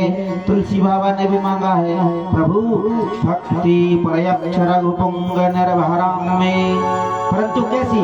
कामादि दोष रहितम कुरु मानसं च। काम से दोष से इत्यादि से रहित भक्ति तो हो, परंतु कैसी? भगवान कहते हैं निर्मल मन जन सो मोहि पावा, मोहि कपट छल छिद्रना भावा। भक्ति तो मिले परंतु कैसी? निर्दोष हृदय में विराजमान होंगे। बोले भागवत महापुराण की जय हो। अब नारद जी कहते हैं, सूत जी महाराज सनकादि कहते हैं कि नारद जी ने महाराज और कौन सी कथा श्रवण की? तो नारद जी कहते हैं सनक सनातन सनत कुमार से कि महाराज की बात बताओ, भागवत की कथा सुनकर के केवल भक्ति और ज्ञान वैराग्य बस प्रबल होते हैं क्या? कि पापियों के भी पाप धुलते हैं? क्योंकि कहते हैं पापियों को पाप से है तारती। तो प्रमाण दो, ऐसा कौन पापी है जो तर गया भागवत की कथा को सुन करके? तो कहा महाराज हम बताते हैं। तो कहा कौन का शब्द किया तो शब्द खत्म, भाई बात ही खत्म। कौन नहीं, हम तो कहते हैं नारद जी ये मानवा पाप कृतस्तु सर्वदा सदा दुराचार रता विमार्गा। नारद जी हम तो कहते हैं एक नंबर का पापी व्यक्ति, ये मानवा पाप कृतस्तु सर्वदा, जो निरंतर पाप कर्म करता हो, पापाचरण करता हो, वो भी यदि सप्ताह यज्ञ में, सप्ताह भागवत में भागवत को श्रवण कर ले तो महाराज पुनीत हो जाता है। नारद जी कहते महाराज है कोई प्रमाण? कहा बिल्कुल। कहा सुनाइए। तो कहते हैं, सनकादि कहते हैं कि हम तुम्हें एक सत्य घटना सुनाते हैं। क्या? पुरातन इतिहास की एक सत्य घटना सुनाते हैं। तुंगभद्रा नदी के किनारे एक ब्राह्मण रहता था जिसका नाम था आत्मदेव ब्राह्मण, आत्मदेव शास्त्री। वो शास्त्री जी ऐसे थे कि उनके जैसा शास्त्री पूरे परिक्षेत्र में नहीं था, परंतु शास्त्री बहुत अच्छे शास्त्री जी थे। देव में भास्कर कहते थे उनको, भास्कर मतलब सूर्य। ज्ञान का भी बहुत भंडार था, परंतु कमी एक थी। क्या? उनके यहाँ कोई संतान नहीं थी। पंडित जी का नाम था आत्मदेव शास्त्री और पत्नी का नाम था धुंधली देवी। क्या नाम था पत्नी का? धुंधली देवी। अब महाराज महान पंडित जी थे। तब 24 घंटे भाई धुंधली जो थी उसका काम था 24 घंटे लड़ाई करना, युद्ध करना। वो कहो किसी भी बात में बहस करने लगे, कहो पति की से बहस करने लगे, कहो मोहल्ले वालों से बहस करने लगे। तो कलह प्रिया थी। क्या प्रिया थी? कलह प्रिया। अब धुंधली देवी तो थी, परंतु दुर्भाग्य से पंडित जी के हाथ भगवान की कृपा से सब था, परंतु संतान नहीं था, कोई संतान नहीं थी। और जब पंडित जी के हाथ संतान नहीं थी तो पंडित जी एक दिन क्या किया, पंडित जी ने ये अपना घर छोड़ा और जाकर के महाराज जंगल चले गए। और जंगल जैसे ही पहुंचे तो जंगल में जाकर के क्या करने लगे? रुदन करने लगे। जब पंडित जी रुदन करने लगे तो तभी एक सन्यासी बाबा वहां से भ्रमण किया। सन्यासी बाबा गुजरे तो उन्होंने रोने की आवाज सुनी तो कहा भाई कौन रो रहा, देखे तो पंडित जी को देख लिया। तो पूछा ब्राह्मण कथम ब्रह्मण दीनो, क्या बात है, क्यों रो रहे हो भाई, क्या हुआ? तब कहता है महाराज ना जाने कितने जन्मों के पापों का प्रबल प्रारब्ध बना। कहा क्या हो गया? कहते हैं हमारे यहाँ कोई पुत्र पुत्री नहीं है, संतान नहीं है। तो संत जी ने समझाया कि भैया कोई किसी का नहीं होता, पुत्र के चक्कर में मर रहे हो। हम तो सोचे तुम जंगल में बैठ करके हमारे ठाकुर जी के लिए रो रहे हो, तुम तो पुत्र के लिए रो रहे हो। तो संत ने ज्ञान दिया, परंतु उस ज्ञान का पंडित जी पर कोई असर नहीं पड़ा। तो पंडित जी ने क्या किया? पंडित जी ने कहा प्रभु सुनो, ज्ञान ना दो, देना है तो पुत्र दो। क्योंकि कहा पुत्र का क्या करोगे? 60,000 पुत्र तो थे राजा सगर के, क्या हुआ? कहा नहीं।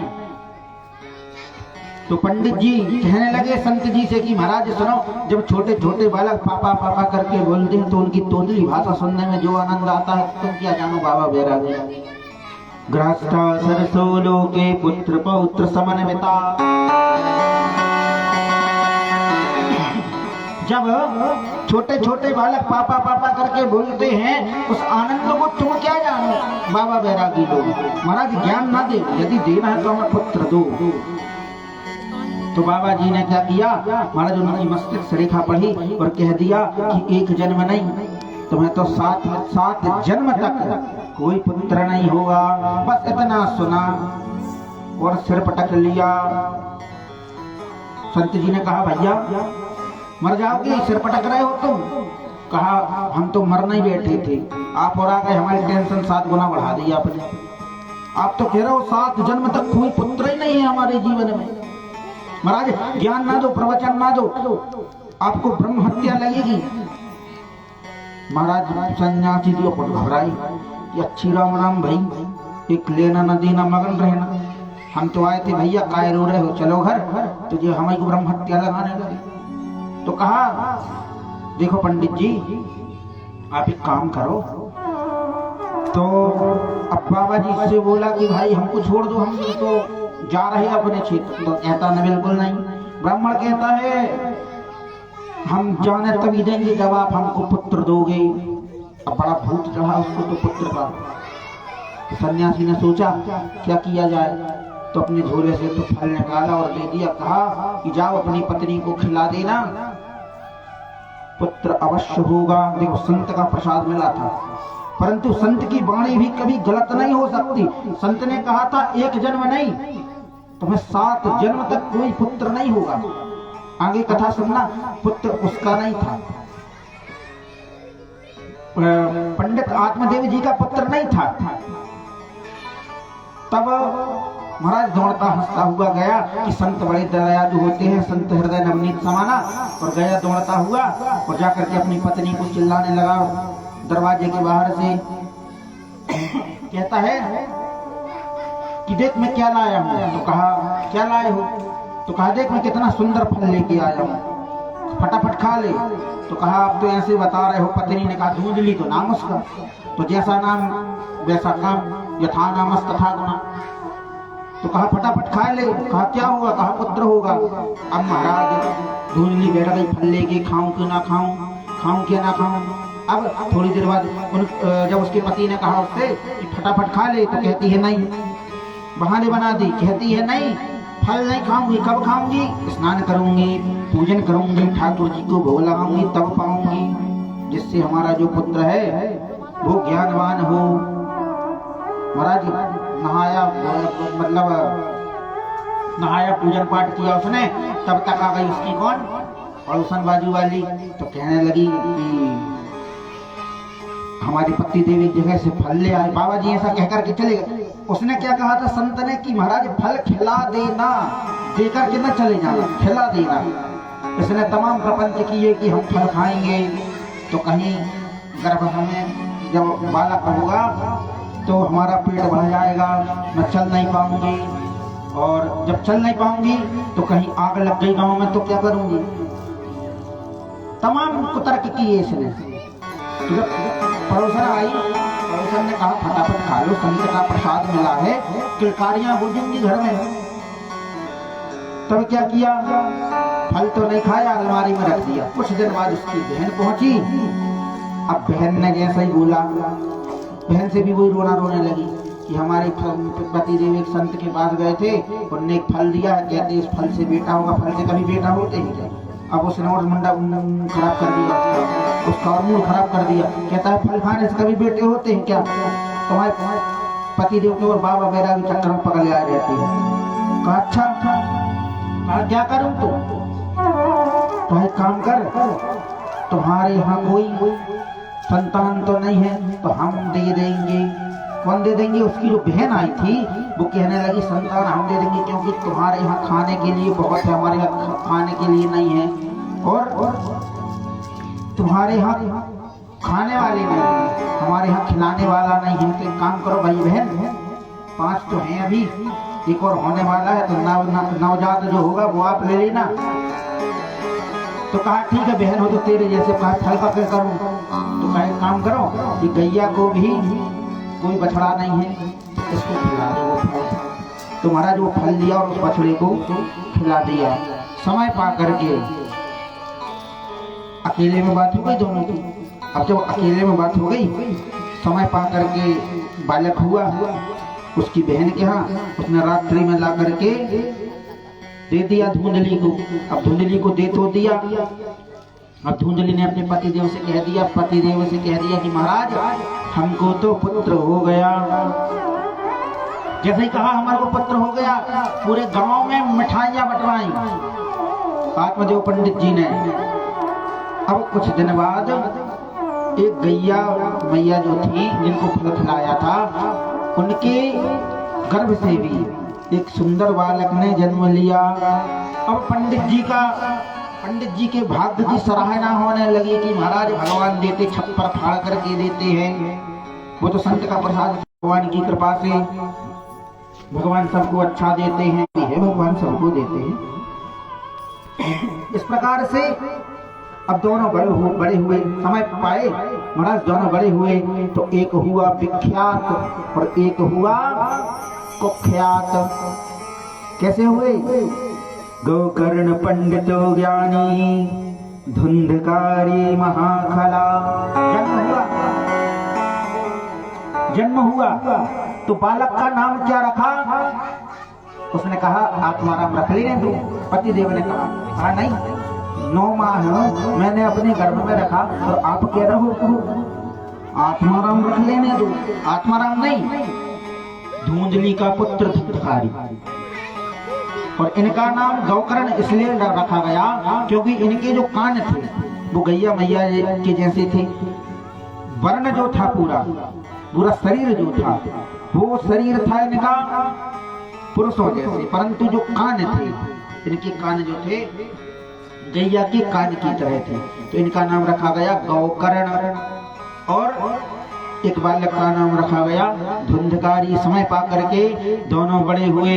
एक हुआ, क्या हुआ वो बताया था, एक हुआ विख्यात और एक हुआ कुख्यात। एक का नाम गोकर्ण पंडितो ज्ञानी धुंधकारी महाखला। गोकर्ण महान पंडित, महान विद्वान, और धुंधकारी महाखला। अब खल में देखो भैया, खल में 2 अक्षर हैं, खा और ला। खल जिसका काम खाना और लड़ना। महाराज दिन भर खाए और लड़े, काऊ काम नहीं। अब क्या किया? अब पिताजी परेशान, महाराज क्या करूं, कहाँ जाऊं, इससे अच्छा तो मर जाऊं। ये संसार की विडंबना है। पहले पुत्र नहीं था तो मरने गए थे, अब पुत्र हो गया तो कहने लगे क्यों हो गया, अब मरने जाऊं। तब गौकर्ण जी ने समझाया कि पिताजी मुझे ये बताइए संसार में कौन सुखी है? कोई तन दुखी, कोई मन दुखी, कोई धन बिनु रहते उदास, थोड़े थोड़े सब दुखी सुखी राम के दास। भगवान राम के दास ही एक ऐसे है जो सुखी हैं, बाकी दुनिया में सब हताश हैं, सब परेशान हैं। तो पिताजी ये बताइए संसार में कौन सुखी है? गौकर्ण जी कहते पिताजी एक बात बताएं, आप जिस संसार को अपना कहते हैं ना, इस शरीर को जो आप अपना कहते हैं ना, तो ये शरीर पता क्या है? शरीर है कि खून का गारा बनाया, ईट जिसमें हड्डियां, चंद श्वासों पर टिका है ये ख्याले आसियां। वक्त की पुरजोर आंधी इससे जब टकराएगी, तो खाक की है ये इमारत राख में मिल जाएगी। क्या है शरीर?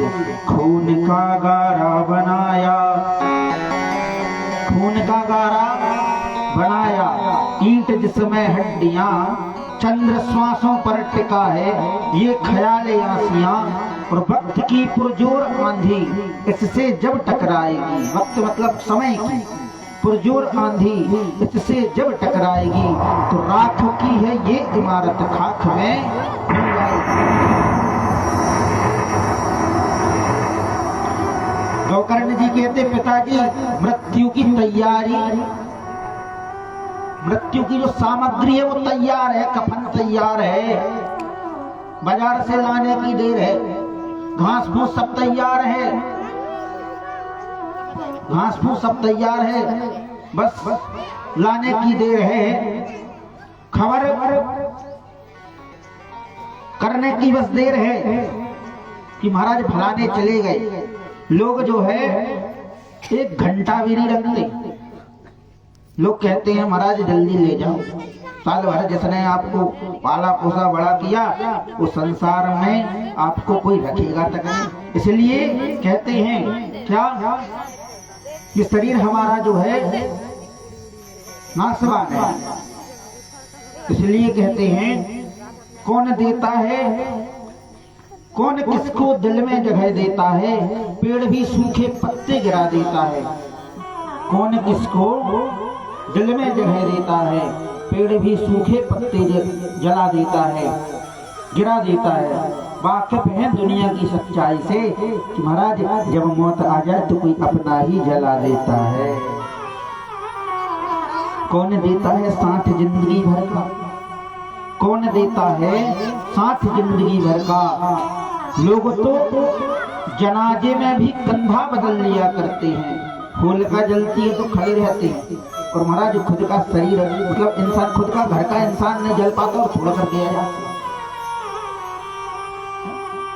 तो कौन देता है साथ जिंदगी भर का। इसलिए प्रभु गोकर्ण जी कहते हैं कि पिताजी इस जिंदगी का कोई भरोसा नहीं है, इस जिंदगी का आप भरोसा मत कीजिए। क्यों? इस जिंदगी का यदि आप भरोसा करेंगे, किसी पर आश्रित रहेंगे, तो पिताजी आपके आश्रित रहने का कोई फायदा नहीं निकलेगा। यदि आपको प्रेम करना है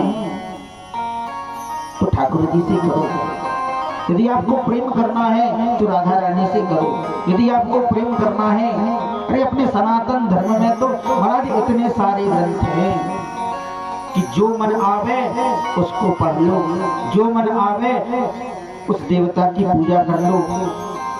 अन्य धर्मों में, अन्य पंथों में ये सौभाग्य नहीं है, ये तो केवल सनातन धर्म में है। तो गोकर्ण जी समझाते कि पिताश्री समय होते हुए आप अपने आप को जो है संभाल लीजिए, नहीं तो इस जिंदगी का कोई भरोसा नहीं है। आइए भजन के माध्यम से इस कथा को श्रवण करें, फिर आगे की कथा को श्रवण करें। बोलिए वृंदावन लाल की जय हो।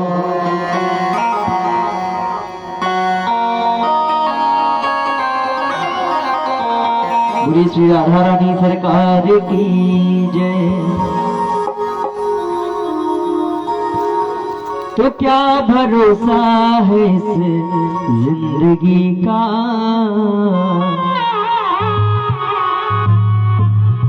साथ देती नहीं है किसी का। तो क्या भरोसा है इस जिंदगी का, क्या भरोसा है इस जिंदगी का। वो साथ देती नहीं है किसी का, क्या भरोसा है इस जिंदगी का। साथ देती नहीं है किसी का, क्या भरोसा है इस जिंदगी का।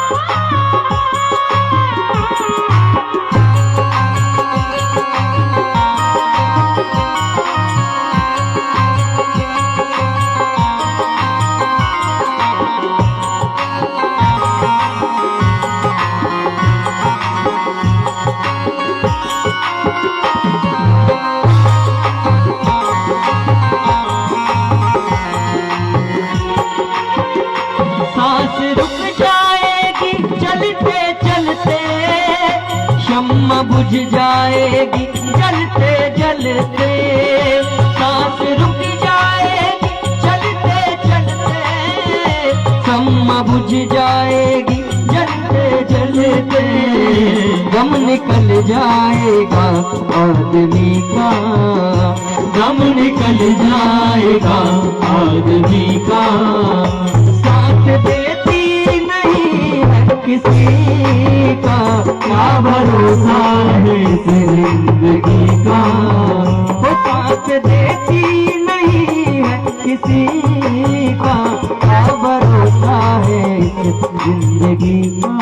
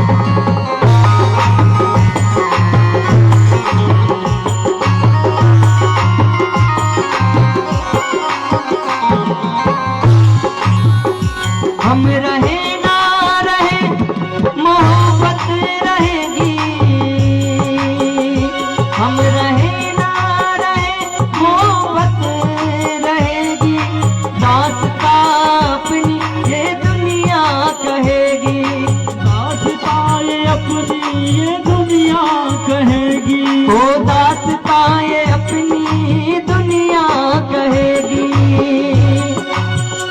और हम रहे या न रहे, दुनिया में मोहब्बत सदा रहेगी। इसलिए जब भी आप किसी से मिले तो प्रेम पूर्वक मिले, जब भी किसी से बात करें तो प्रेम के साथ बात करें। क्योंकि जो शरीर में आप किसी से जब बात करते हैं ना तो इंसान को बात लग जाती है। आप लात मार दोगे, इंसान गिर जाएगा, उठ जाएगा, उसको उतना उस बात का दुख नहीं लगेगा जितना आपकी बात का लग जाएगा। इसलिए क्या कहा गया है, वो नाम रह जाएगा आदमी का, नाम रह जाएगा आदमी का, साथ देती नहीं है किसी का, क्या भरोसा है इस जिंदगी का, वो क्या भरोसा है इस जिंदगी का, साथ देती नहीं है किसी का, क्या भरोसा है इस जिंदगी का। बोलिए वृंदावन बिहारी लाल की जय। तो महाराज गोकर्ण जी कहते पिताजी दूसरों के गुण दोषों को देखना बंद करो। आप यदि दूसरों के गुण दोष जब तक देखोगे तब तक आपकी प्रीति भगवान पर नहीं होगी, क्योंकि इस जिंदगी का कोई भरोसा नहीं है। भगवान का चिंतन करो और संतों का संग करो। इतना कह करके आत्मदेव जी तो वन की ओर चले गए। भगवान के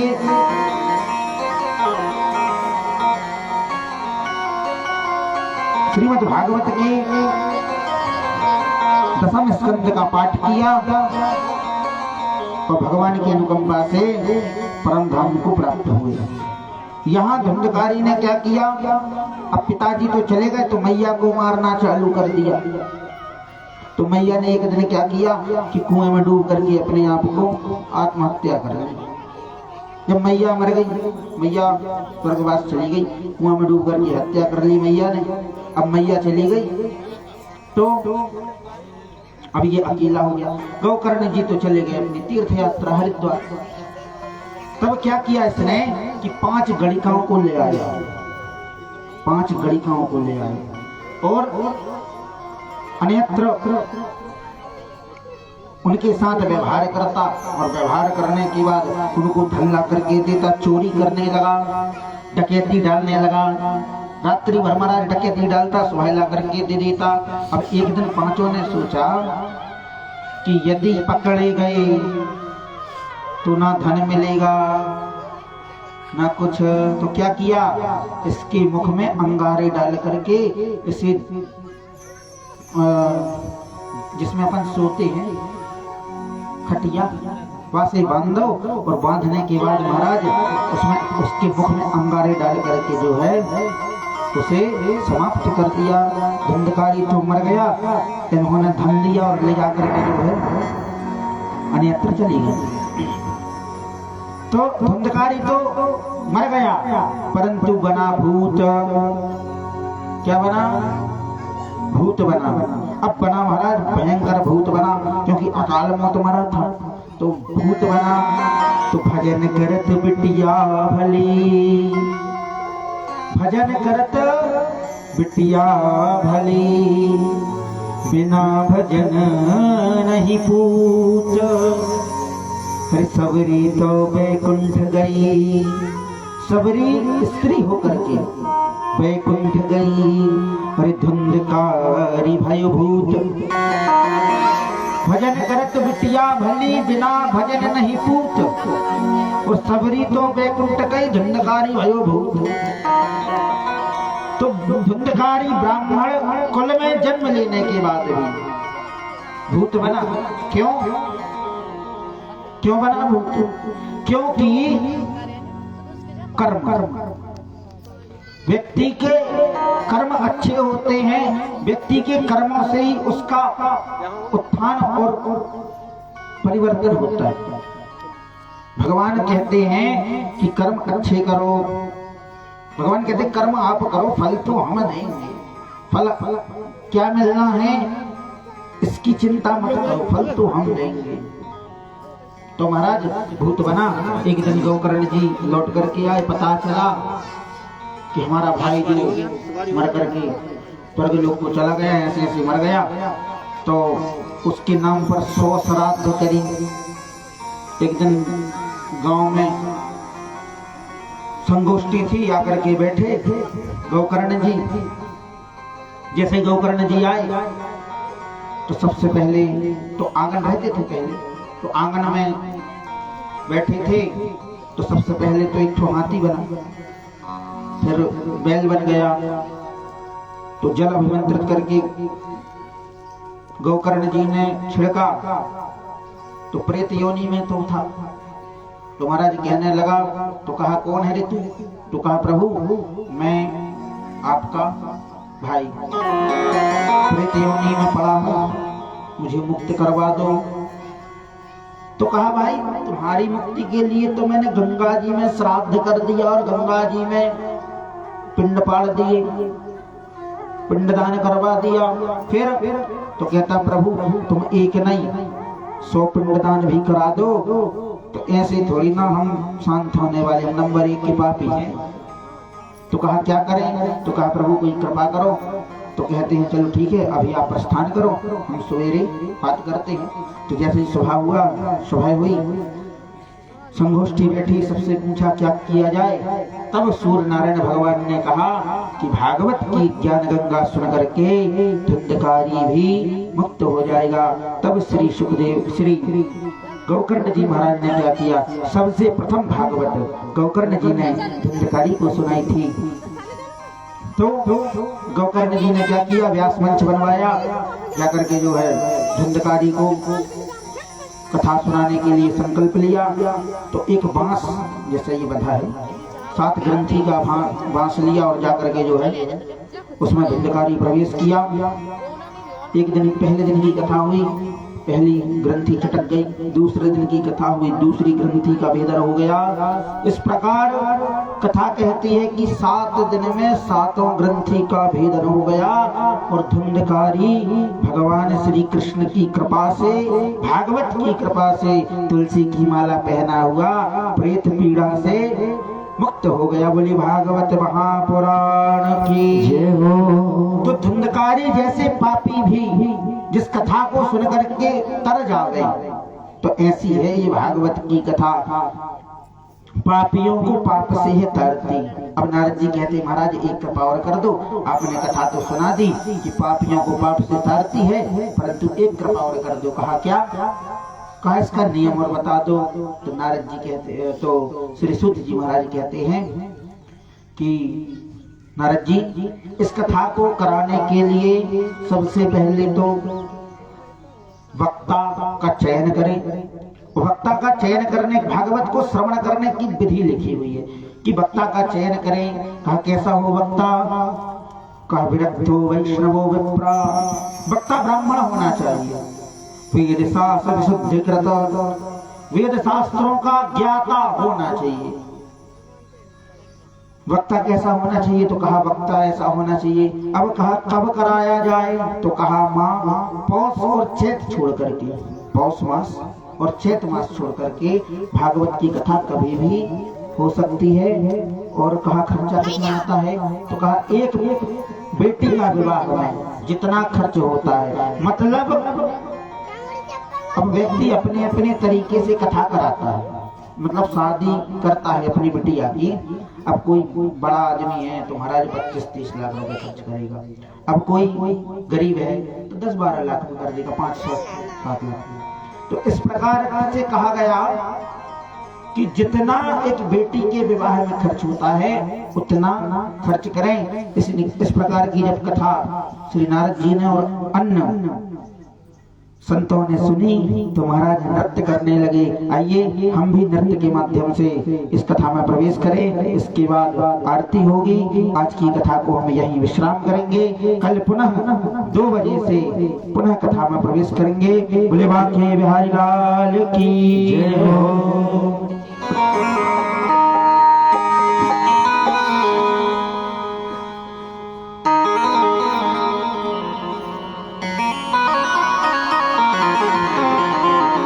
बोलिए श्री कृष्ण कन्हैया लाल की, बोलिए राधा रानी सरकार की। तो दिल दीवाना हो गया मेरा, दिल दीवाना हो गया, सावली सूरत पे मोहन दिल दीवाना हो गया, सावली सूरत पे मोहन दिल दीवाना हो गया। ऐसे नहीं, संत भी महाराज नृत्य करते थे। आप लोग सब अपने स्थानों पर खड़े हो जाएं, सब खड़े हो जाएं अपने स्थानों पर।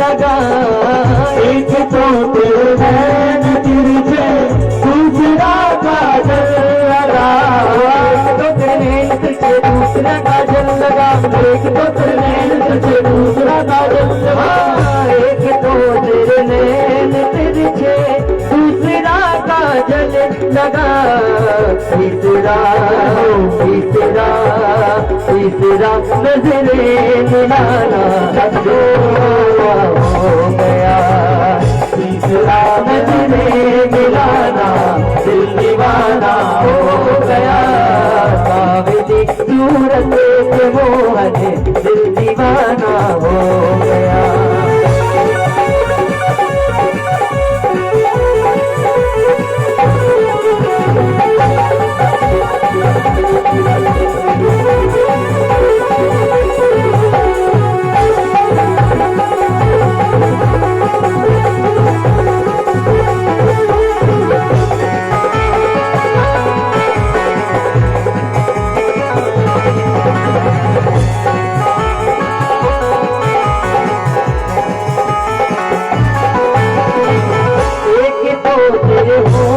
पतले दूसरा लाली लगी, एक तो तेरे होठ पतले दूसरा लाली लगी, एक तो तेरे होठ पतले दूसरा लाली लगी, एक तो तेरे होठ पतले दूसरा लाली लगी, तीसरा तेरा तीसरा तेरा तीसरा तेरा मुस्कुराना दिल दीवाना हो गया, तीसरा तेरा मुस्कुराना दिल दीवाना हो गया।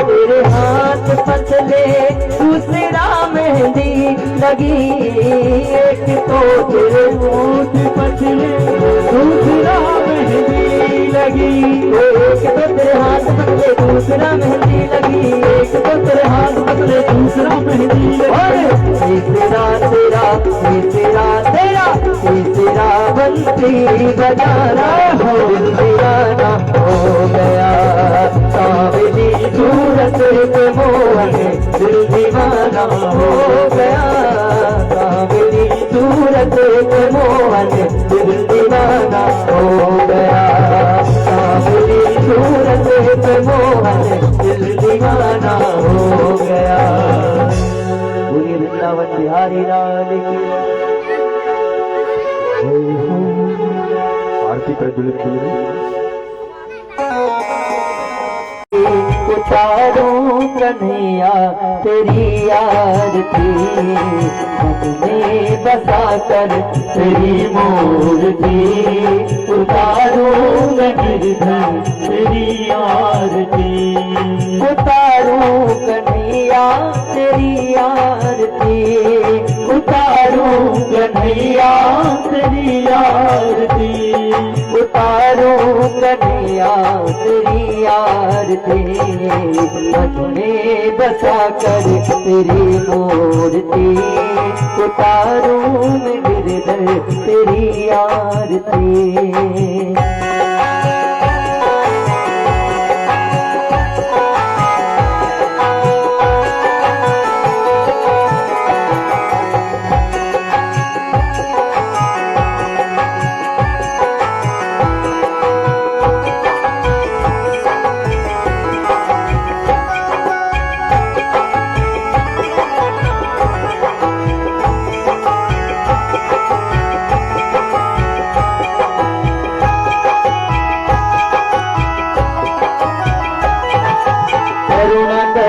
कष्ट हरो ज्ञान दो भगवन, भव में फंसी नाव मेरी तार दो भगवन, करुणा करो कष्ट हरो ज्ञान दो भगवन, भव में फंसी नाव मेरी तार दो भगवन, दर्द की दवा तुम्हारे पास है, दर्द की दवा तुम्हारे पास है, और जिंदगी दया के प्रभु भीख मांगते, में बसा कर तेरी मूर्ति, उतारूं गिरधर तेरी आरती।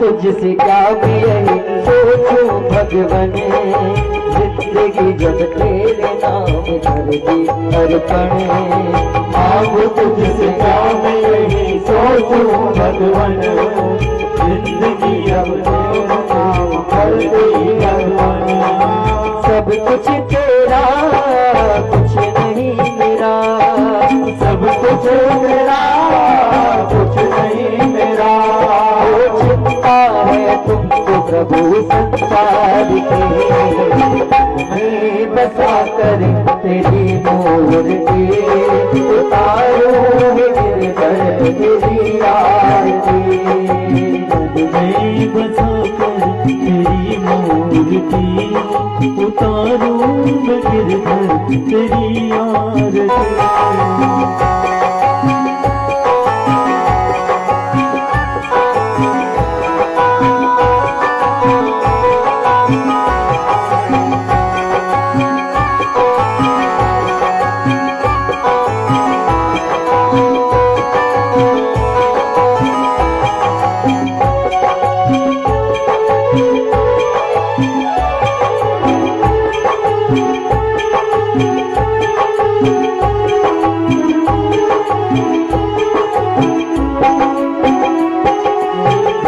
तेरी महिमा गाए संत धरे ध्यान, नारद गुणगान करे तेरी लता, वेद तेरी महिमा गाए संत धरे ध्यान, नारद गुणगान करे तेरी लता, भक्त तेरे द्वार करते हैं पुकार, भक्त तेरे द्वार करते हैं पुकार, सेवा कृष्ण गाए तेरी आरती, में बसा कर तेरी मूर्ति, उतारो गिरधर तेरी आरती, मन में बसा कर तेरी मूर्ति, उतारो गिरधर तेरी आरती। बोलिए श्री कृष्ण कन्हैया लाल की।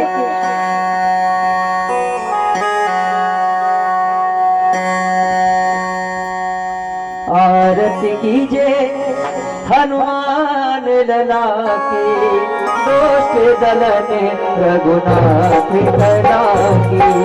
आरती कीजिए हनुमान लला की, दोस्त दलन रघुनाथ लला की। जाके गल से गिरी बर कापे, रोग दोस्त जाके निकट न जावे। अंजनी पुत्र महाबलदाई, अंतर के प्रभु सदा सहाई।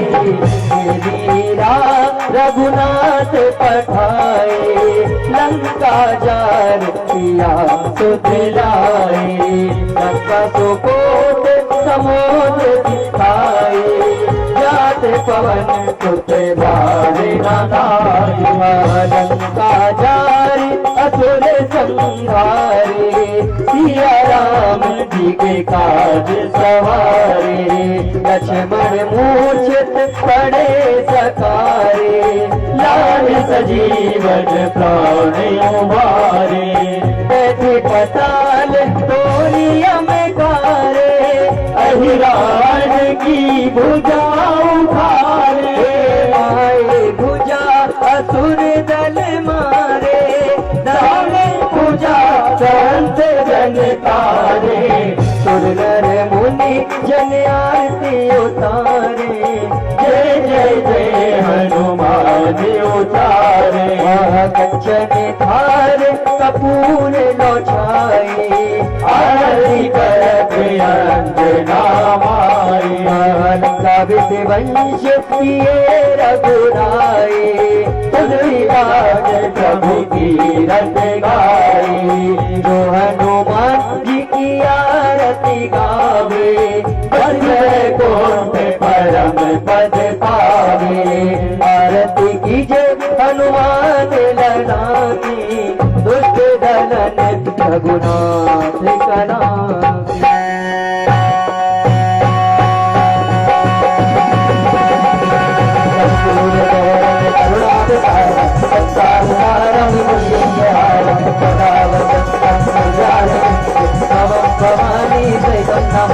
संतार माला कपाल माला दिगंबराय दिगंबराय, नमः शिवाय नमः शिवाय। त्वमेव माता सविता त्वमेव, त्वमेव बन्धु जनता त्वमेव, त्वमेव विद्या द्रविणं त्वमेव, त्वमेव सर्वं मम देव देव। गुरुर्ब्रह्मा गुरुर्विष्णु गुरुर्देवो महेश्वरः, गुरुर्साक्षात् परब्रह्म तस्मै श्री गुरवे नमः। बोलो हरे राम राम राम हरे कृष्ण कृष्ण कृष्ण हरे हरे, हरे राम राम हरे हरे, हरे कृष्ण कृष्ण कृष्ण हरे हरे। गोविंद बोलो हरि गोपाल बोलो, गोविंद बोलो हरि गोपाल बोलो, गोविंद बोलो हरि गोपाल बोलो, गोविंद बोलो हरि गोपाल बोलो, गोविंद बोलो गोपाल बोलो, गोविंद बोलो गोपाल बोलो।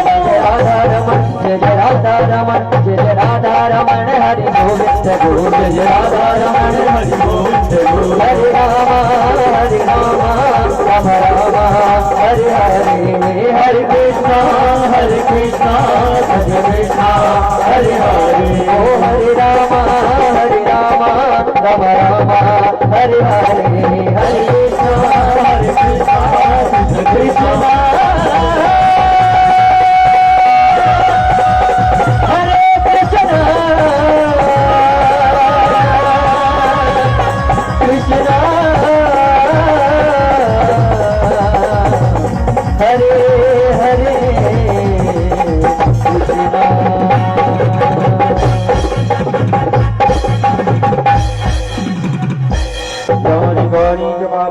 जन्मांतर कृतानि च तानि सर्वाणि नश्यन्तु वृक्षायां पदे पदे मन्त्रपुष्पाञ्जलिः हरिः ओम्।